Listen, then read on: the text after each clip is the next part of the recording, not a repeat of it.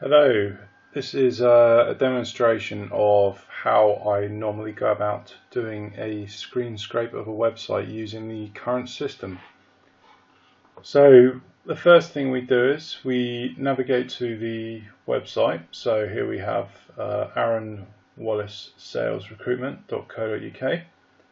So the first thing we need to do is to find out what type of website this is. Is it static, is it dynamic, etc. So we need to find out where they list the jobs. So we can see here, if you go to candidates, search jobs, then we get a search field here, we click on the button and then we get back some search results. So what we want to do is we want to find out if we can use this URL as a way of getting a static job board perhaps. So put that in, yep, returns the results. So it looks like this is a static job board. Do we have static listings? It looks like we do have listings to web pages, so let's click on one of those. And yeah, as you can see here, simple web page, URL at the top, and we got some information. We got the job title here. That looks like the location. Go down, additional information. We've got salary, contract type, location, we have a reference, and we have an industry. So quite a lot of information here. So we now know we have a static job board with static listings. We open up the code solution, navigate to scrapers, agencies, find a in here, and now we're going to create a new scraper. So copy that out, add a new class, and then let's just uppercase A, uppercase W, and then append scraper onto the end. And then you create a simple public interface, which is just the class type here, and that inherits from iScraper. And then we apply the static job boards static listing base class with the interface we just created above. Aaron Wallace Scraper. Then what we want to do is we want to create the override methods here. So let's start from the bottom.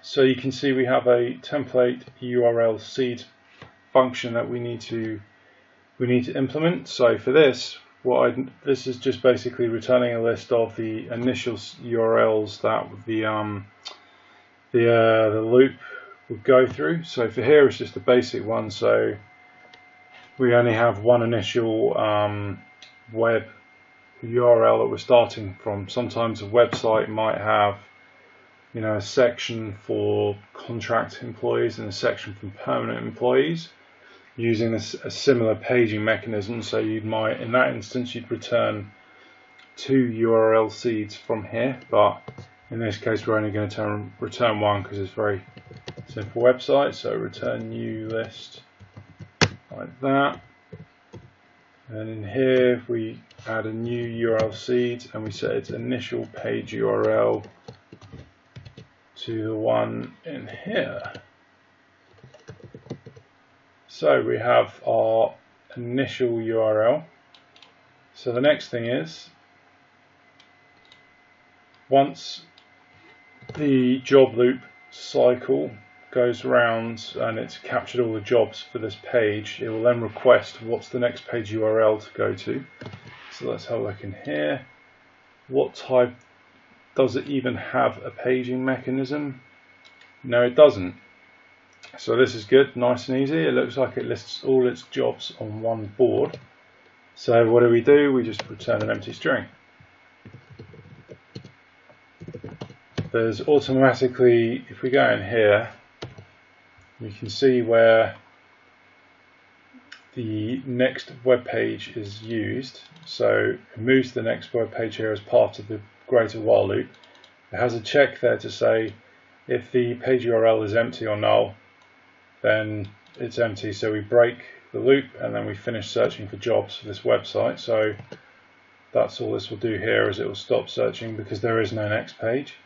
So we can also set is last web page to true, because we know the first page is also the last page. So this template is last web page is actually called beforehand. So the inner loop here of all the listings URLs, we go through each one and capture the job, and then we just basically check to say, is this the last web page? Yes, it is. Then break the loop and we finish searching for jobs for this website. So we've returned true here. So now what this function here is doing is template listings URLs. So this is basically scraping this web page here for these URLs that we're going to use to navigate into to extract the specific job data.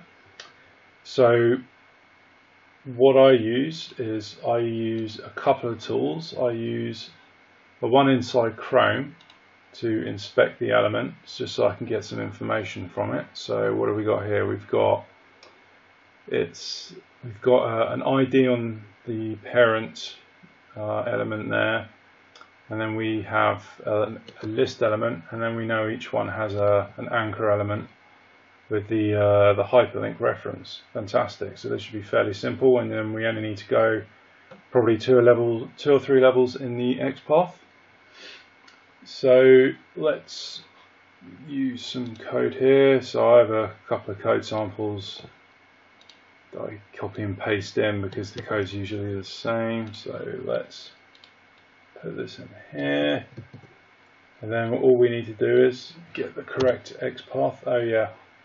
So I have a bunch of extension methods just to help with some when I'm quick looking for nodes and things. So it's in jobs.server.modules, and you can take a look at that yourself if you want, but there's quite a few methods in there which basically are extension methods on the HTML agility pack node, and it just basically handles some exceptions or formatting, etc., and trimming, and more of it explains when we go into the capture job. But so for now, this is basically just going to be returning a list of the URLs, which is these URLs here. So the job loop, or the loop, can navigate into each of these to get the specific data. So let's just test our XPath. So this is another tool that I use, so you can do it in an inline query. So let's do some XPath here. So UL ID is equal to slider 1, and that's returned 2 of them. So let's try how many links do we get? So as you can see on the screen, this tool gives us the ability to highlight in yellow all the ones that match the XPath, and as you can see, it matches all the ones we're interested in. Sometimes you just have to be careful because it might match too much, but account manager will share. Yeah, so then this is an example where I think we've captured a bit too much. So let's find, where's this slider?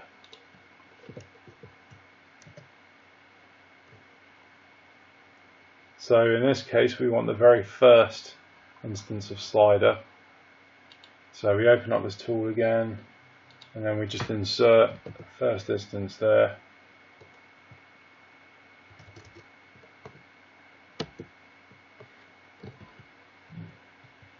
Hang on here.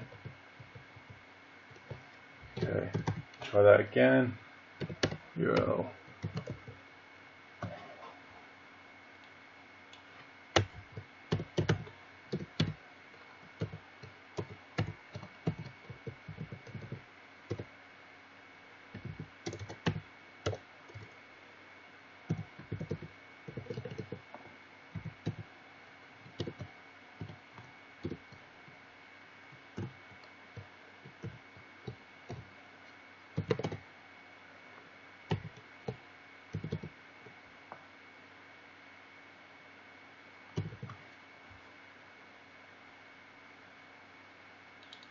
My bad, some ID. Alright, so there we go. So now we've got 184 results. So it looks like it's selected only the elements we're interested in. So now we can go ahead and use that inside here. And so basically all that will do is, as you can see, this is one of the extension methods. In fact, that's not. So this will just select the nodes which can have that pattern, loops through them. And then what we'll try and do here is we'll try and get this try get link as an extension method where it looks for the href attributes of an element. And the dot is obviously the relative path of the current node we're looking in. And then if you check the actual link itself in Chrome, let's say, where is it, the href, sometimes they'll do the full path of the website, sometimes it's a relative one. In this instance, you can see here it's a relative one. So we go into here, try get link, and we now need to add the actual prepend here.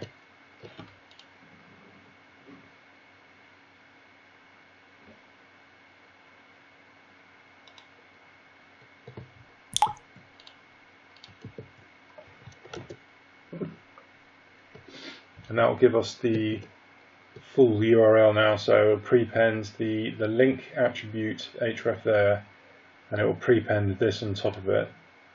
And then if we double check here, there's no slash there, so we also need to add a slash there. So it will concatenate this, and then it will also concatenate that into one URL. So now we have our initial job loop. Once all these bits fit together, and then for each listing it will now come into captured job. And then again I have some just some copy paste code that I'm going to add in. So this is all the properties of a job currently. That ideally obviously it'd be great to be able to fill each of these properties, but more often than not some of these will be missing. So we'll start by filling in the website, which is just the homepage URL. So copy that again. Then the next obvious one is the actual recruiter name. So this is Aaron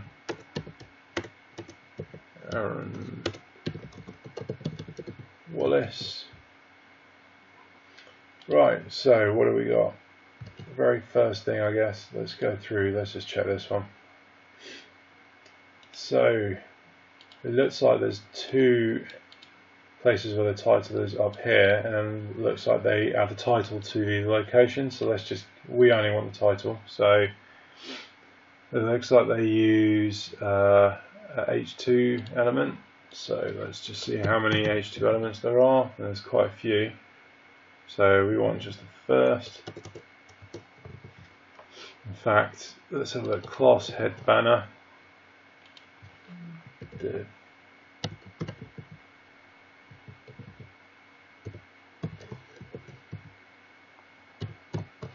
Fantastic. So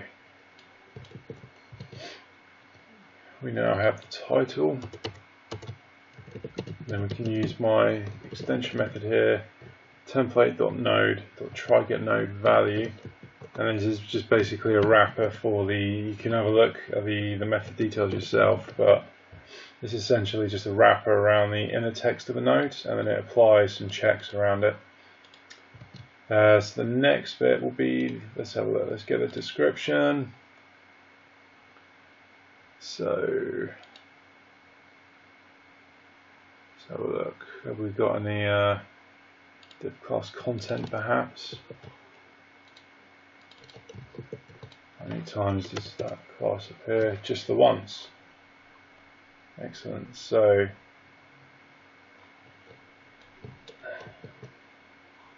it looks like it's the first instance of a paragraph inside another development. So let's try and narrow this down a bit.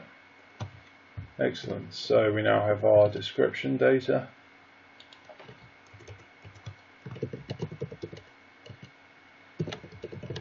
Try get no value. What's next? Then we can go down to the additional information. Let's get the salary next. Actually, this should be quite simple. So what do we got? Looks like it's in a table cell, so in a table row. So we know that it has a sibling table cell which contains the text salary. So let's look for table row and then a table cell that contains text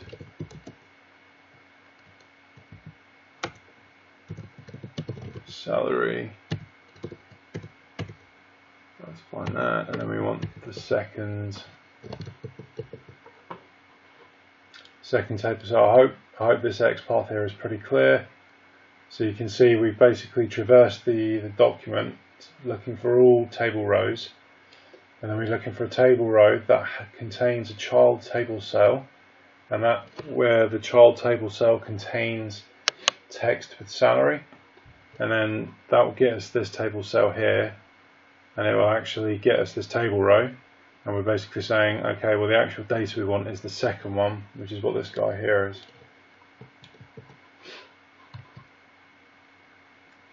So we now have the salary. Try get no value.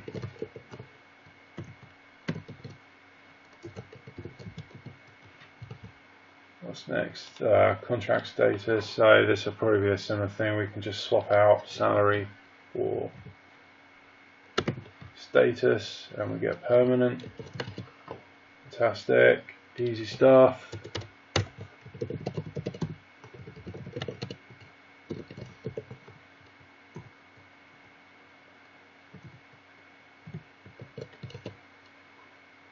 Location, probably the same thing, so let's just swap that out.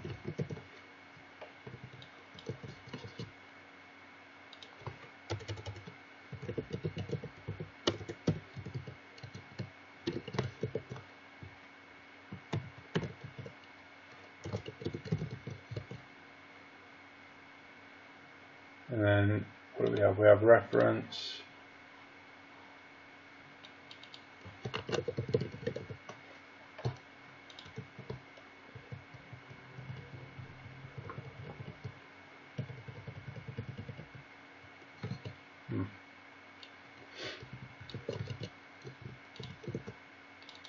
So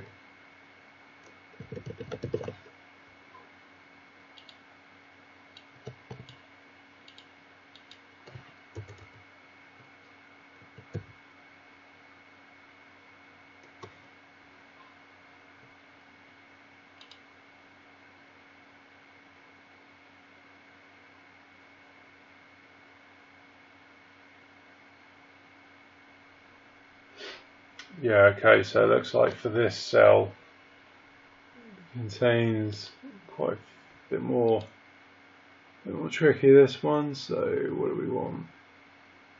We want the fourth one.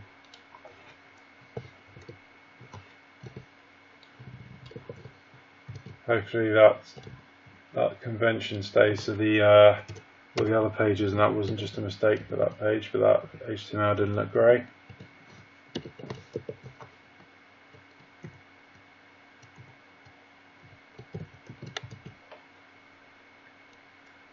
Finally, we have the industry. So let's try industry. So again, this is the fourth cell, because it's as you can see here, there's 4 cells in this row, whereas the salary only contains 2. So industry. Try to get no value.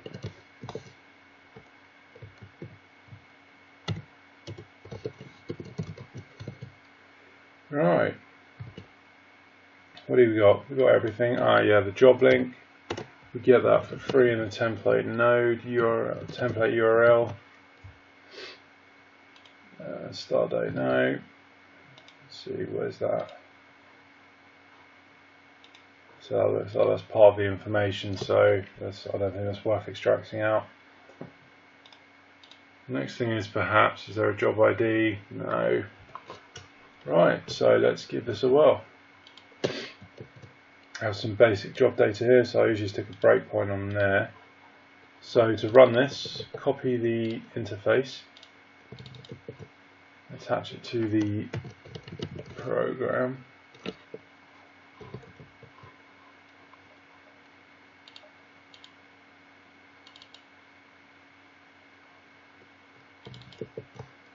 and then run.